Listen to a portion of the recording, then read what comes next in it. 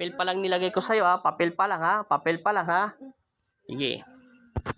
Sige. Kalas! Ito, kinakalas ko na. Babae ka lalaki?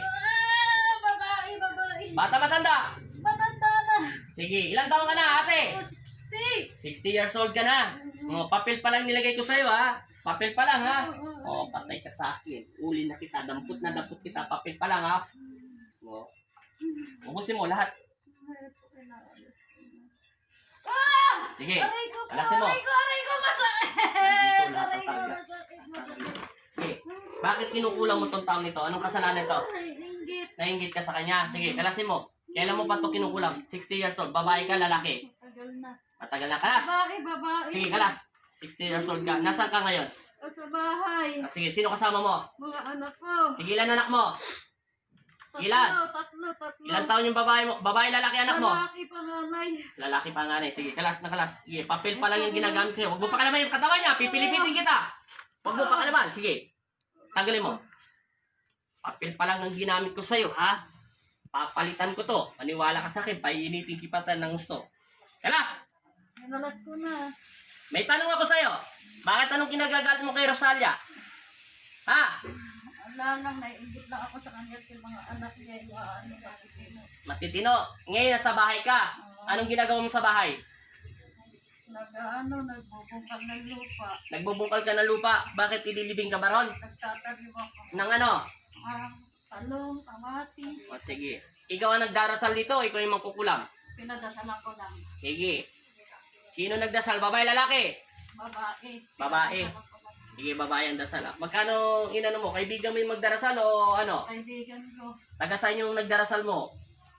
Taga saan siya lugar? Taga Santo Niño. Santo Niño. Ano yun? Santo Niño, Pampanga? Hagunoy. Santo Niño, Hagunoy. Sige, kalas. Pinadas ko na, wala na. Tatawagin ko pa rin yung nagano. Papel pa lang ang ginamit ko sa'yo. Handa mo sinasabi ko sa'yo, ha? Taas pa lang. Gusto mo? Ito na, pinadas ko na. Aray! Sige, kalas. Sige, pag tinadyakan mo ako, pipilipitin kita. Sige, kalas. Kalas. Kalas. Masakit! Oo. Ipikit mo yung mata niya. Mapigain, masakit. Hindi ka pinipiga, pipigain kita pag hindi ka nagsalita ng totoo. Taga-Hagunoy yung nagdarasal sa'yo. Ay, pinadadasalan mo. Sige, kalasin mo. Kalasin mo. Kalasin mo. Ito na, wala na. Inalas ko na. Sige. Salbahe kayo. Bakit gustong gusto mo? Nagbubungkal ka ng lupa? Sige, sa araw nito, ha? Sige, ubos. Kailan mo pa to pinadasalan? Medyo matagal na. Gano'ng katagal? 1 taon, 5 taon, 6 na taon, 7 taon, 10 taon, etc. Mga 3 taon. Sige, 3 months pa lang. Nagbubungkal ka sa lupa. Ngayon, sino kasama mo nagbubungkal? Mag-isa. Sige. Taga Santo Niño Hagunoy yung ano mo, nagdarasal. Pagkano binayad mo? Natural, may bayad yun. O kaibigan mo ba o nagbayad ka? 3,000? Sige. Huwag mong pakalaman ang kanyang mga mata. Kung ayaw mo, pipilipitin kita sa loob ng katawan niya. Naintindihan mo? Makikipag-usap ako sa'yo na maayos. Naintindihan mo? Naintindihan mo? O sige. Anong kinagagalit mo dito sa taong ito? Tapatin mo ako na maayos. Mga anak niya. Bakit ano ba yung anak niya? Ano sa pamilya. Mga magulang. Bakit yung anak mo? Ano? Mga ano yung anak mo? Ayos din naman yung mga anak ko. Kaya lang iba yung mga anak niya. Masunod siya magulang. Naiinggit ka doon. Tapos yung 3,000, kung ginamit mo na lang sa pamilya mo yun, may apo ka na ba? Wala pa? Meron na. Sige. Ano apo mo? Babae, lalaki? Babae. Sige. Alas. Sa 3 mong anak na lalaki, sabi mo, ano ba yung anak mo lalaki panganay? Ano ba yung panganay mo? Babae, lalaki? Lalaki. Sige. Alin dun sa may anak ka doon sa 3 mong anak? Ano doon na may apo ka? Baba. Yung lalaki, yung sumunod doon, yung bunso. Panganay bunso. Panganay bunso, meron ng anak. Yung gitna, wala. Wala. Sige. Kalas na kalas. Magkakilala kayo nito? Malapit lang sa lugar? Sige. Babae yung ano mo? Sige. Yung sa asawa niya, saka ikaw, itong babae nito, isa lang gumawa, hindi. Tapatin mo ako, pipilipiti kita. Hindi. Sige. Babae, ha? Kalas na kalas. Wala na, hinagas ko na. Sige, tatawagin ko yung babae na mangkukulam mo. Ano yung mangkukulam mo? Matanda na, bata pa. Sige, tumabi ka ng konti. Tatawagin ko. Hinto mo yung kamay mo.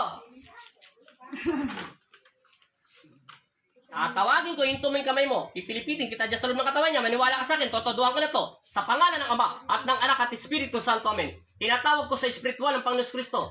Mismo yung mangkukulam at nagdarasa sa loob ng katawan ng tao nito. Sa pangalan ni Jesus, tinatawag kita. Amen. Sige, pikit mo yung katawan lupa niya. Pag dinilat mo yung katawan lupa niya, para hindi maepektuhan. Babae ka lalaki? Magkukulam. Babae. Babae, ilabas mo na yung boss mong totoo. Huwag ka na magtago-tago. Babae. Sige, ilang taon ka na, nanay? Ilang taon ka na? 50 plus. 50 plus. Kailan ka pa matutong nagkulam at nagdasal sa tao? Bago pa lang. Gaano katagal na bago? Wala pa isang taon. Sige, anong kinulam? Bakit mo to kinukulam? Pinaano lang siya sa akin. Pinaano? Pinaano lang siya. Pinaano nga? Pinadasalan lang siya nung nagpaano sa akin. Sige, May galit sa akin. May inggit. anong klaseng dasal ginawa mo sa kanya sa buong katawan niya? Paano yun? Yun sa liig ko. Sa araw nito, anong ginagawa mo ngayon? Ikaw magdarasal. Babae, Nasa bahay lang. anong ginagawa mo sa bahay? Nakaupo. Sino kasama mo? Anak ko. Ilan ang anak mo dyan? 4. 4. Ilan ang panganay mo? Ay, ang babae mo, panganay mo, lalaki? Babae. Ilan taon ang panganay mo, babae na lang? Tatanungin ko. 27. 27 years old. Ngayon, may asawa ka na, may anak? Ay, may asawa ka ba? Meron. Anong trabaho ng asawa mo? Driver. Driver ng tricycle, driver, jeep, etc. Truck, bus. Tricycle. Tricycle driver. Sige, ilang taon ka na? 50 plus. Sige. Sa araw nito, ginagawa mo sa loob ng bahay, nakaupo. Anong ginagawa mo? Bakit ka nakaupo? Ano daw? Anong palabas sa TV? Ano yung Ano? Alam mo palabas sa TV ngayon? yung Netflix ang pinapanood. Netflix pa. Ba? May cable ka. Social. Social. Okay, talasin mo muna yung dinasal mo sa kanya. Pampano yan? Kami, wala kaming cable. Kaya akala ko, alam ko palabas sa 7 ngayon. Okay, kalas. Pinalan sila natin ang gagawin. Magkano binigay sa'yo? 3,000. Siguro naman yung 3,000 na pakinabangan mo na. O pwedeng tama na.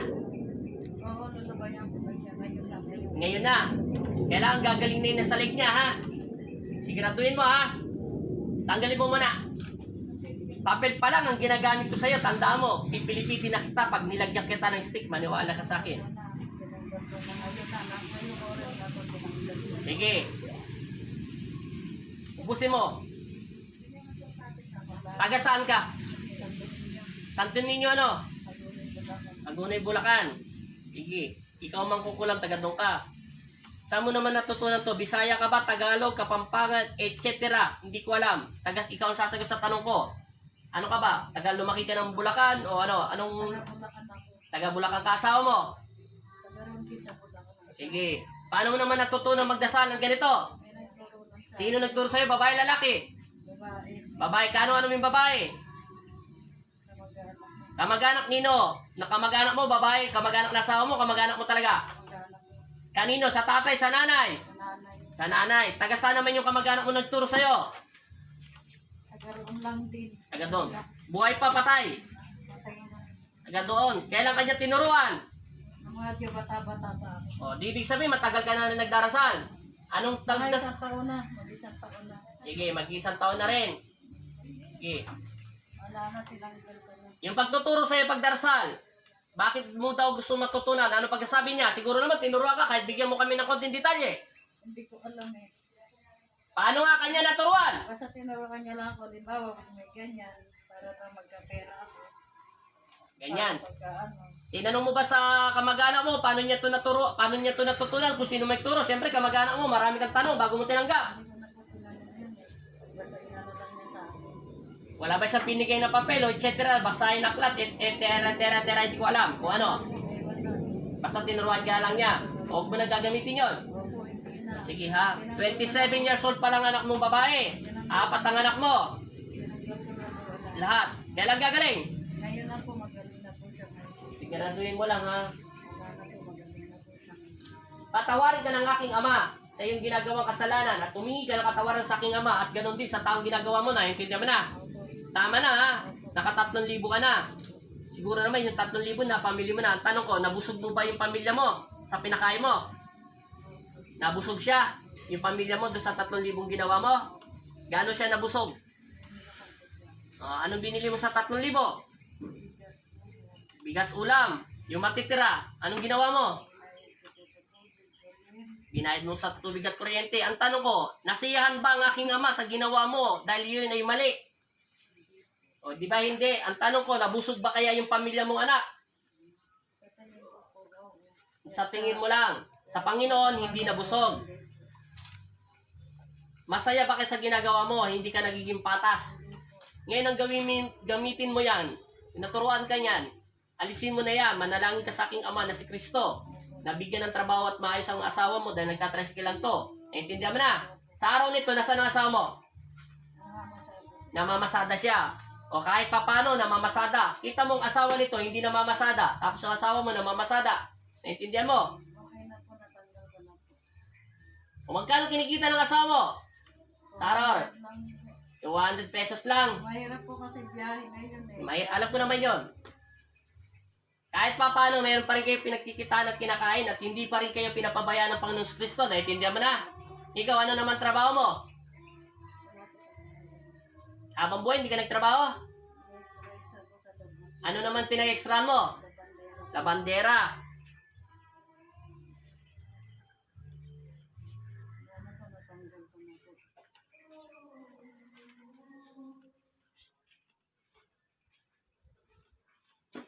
Tanggalin mo.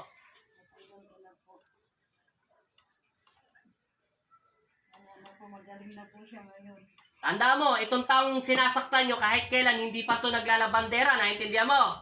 Kung ikaw naglalabandera, nakikiusap ako, gamitin mo sa patas ang pag-ibig ng Diyos, maging payapa ka.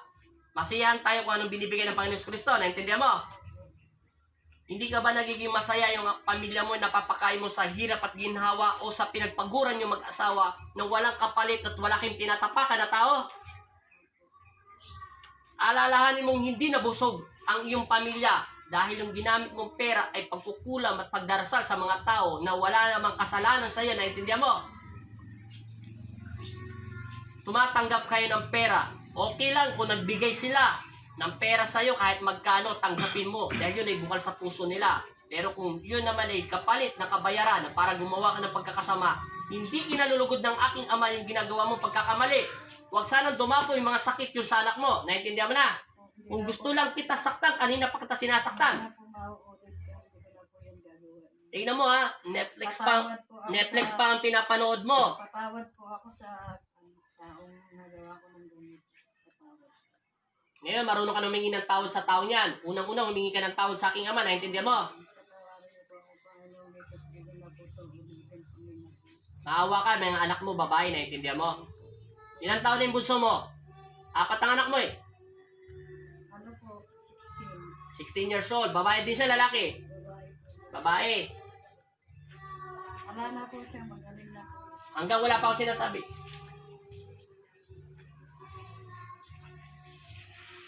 Tapos ang anak nito, 20. Ikaw, 16. Malala yung edad ng mga anak yung dalawa. Kaya pakiusap ko lang sa'yo, kasi ikaw, medyo may edad ka na, medyo late ang pagkaasawa mo. Naintindihan mo na?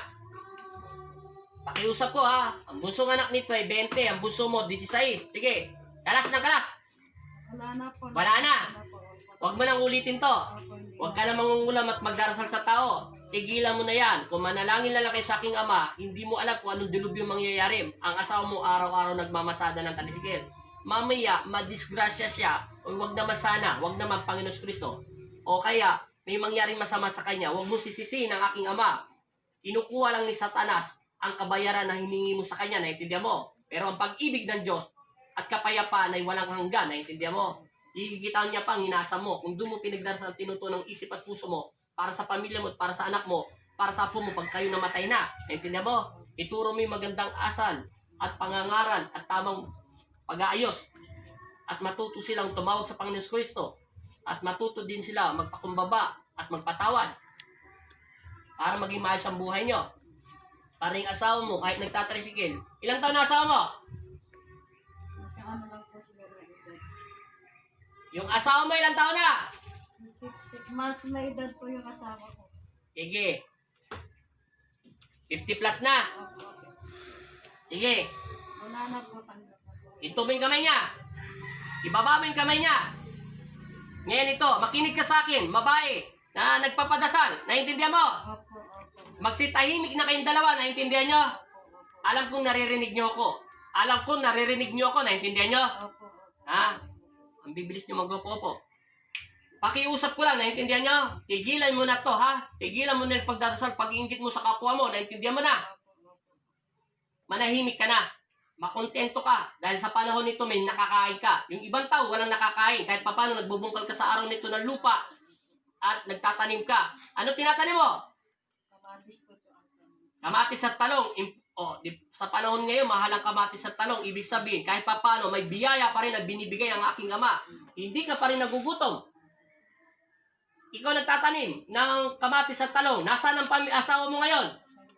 Patay na? Kailan namatay? Bago lang po. Sige, pakiusap ko sa'yo. Ikaw ang magpapasya kung mag-asawa ka hindi. May isip at puso ka. Wala akong pakialam doon. Hindi ko sakop yun. Ang sakop ko lang, tigilan mo pag-iingit at pagkukulang mo sa mga tao, ha? Huwag ka sa akin humingi ng asa sa aking ama at sa taong nagawa mong kasalanan. Naintindihan mo? Sa araw na ito, patatawarin ka ng Panginoon Kristo. Huwag na huwag nyo na itong uulitin. Naintindihan nyo? Patawarin ka ng aking ama. Huwag sanang dumapo ang mga sakit na ginagawa mo sa iyong mga anak. Awawa naman sila. Ikaw may edad ka na. Anak mo mga bata pa at mga apo mo. Paano pagdating ng henerasyon nila? Baka ang kanilang mga anak ay sobrang dami ng sakit. Huwag mong sisisihin ang aking ama. Sasabihin niya sa iyo, kasatalaan mo, naalala mo ba yung ginawa mong kasalanan sa kapwa mong tao? Kaya, huli ang pagsisisi. Hanggang ngayon, maaga pa lang. Habang nabubuhay ka. Humingi po ng tawad sa inyo, Panginoon. Kanagawa. Naiintindihan mo rin, ikaw rin, mangkukulam. Opo, opo, opo. Magsilayas na kayo sa loob ng katawan niya. At huwag kayong dadapo dyan sa loob ng katawan niya. Hindi ko pa kayo tinatawag, nandiyan na kayo sa loob ng katawan niya. Naiintindihan nyo? Sinong tumawag sa inyo? Hindi mo alam. Ikaw, manood ka lang ng TV. Ikaw naman, magbungkal ka ng mambangkol ng lupa dyan at magtanim ka. Sana, pagtatanim mo ay marami kang anihin. Naiintindihan mo na? Ikaw namatay ng asawa at ikaw nagtatricycle ng asawa at kahit kailan, hindi pa ito naging labandera yung katawan ng sinasaktan nyo. Naiintindihan nyo? Manahimik na kayo, ha? Pagbibigyan ko kayo sa pangalan ng Panginoon Kristo. Huwag nyo nang ulitin to, ha? Sa pangalan ng Ama at ng Anak at Espiritu Santo, masamang espiritu, tinatanggalan ko to ng bisa at inaalis ko ang lahat ng negatibong dasal sa loob ng katawan niya o anuman nasa loob ng sa panlabas niyang katawan anyo upang ito'y manatili at may bawasan ang kanyang mga ramdaman sakit. Sa pangalan ni Jesus, lumayas kayo sa loob ng katawan niya. Dila. Papel lang ginamit ko sa'yo. Kamay. Street mo. Di ba pantay? Kunin natin sa pangalawa. Di ba pantay? Sa pangatlo. Di ba pantay na? Ito na yung guwit na dito mo na kunin, di ba? Di ba? Inumin mo muna itong tubig. Mamaya may tatanong ako sa'yo. Teka lang, pumikit ka muna. Gigisingin ko mga diwa mo. Sarado pa.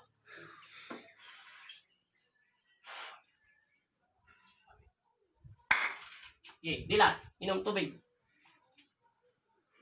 Okay, pahala ka kung maubos mo yan, te. Ngayon, subukan mo ulit galawin yung leg mo kung masakit pa. Kung kanina sinasabi mo masakit. Wala na sakit? Nawala? Kahit katiting? Kanina masakit yan, di ba?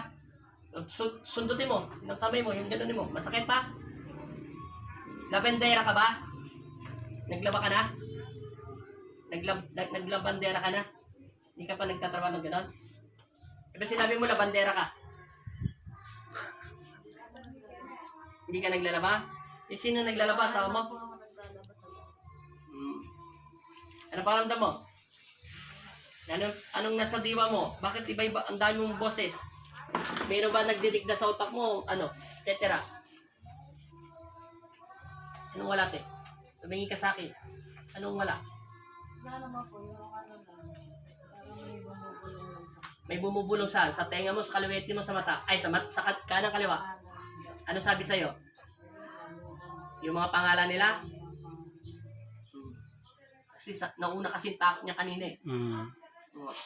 May nagdarasal sa'yo. Sa araw nito, nagtatanim ka ng talong at saka kamatis. Tapos sabi mo wala ka ng asawa. Tapos ang panganay mong anak, 20. Tapos ang panganay naman niya, 16 years old lang. Tapos, nanonood ka ng TV. Tapos nakaupo ka. Bagay, nakaupo ka naman ngayon. Wala naman tayong TV. Sinabi mo ba yan? O may bumubulong sa tenga mo?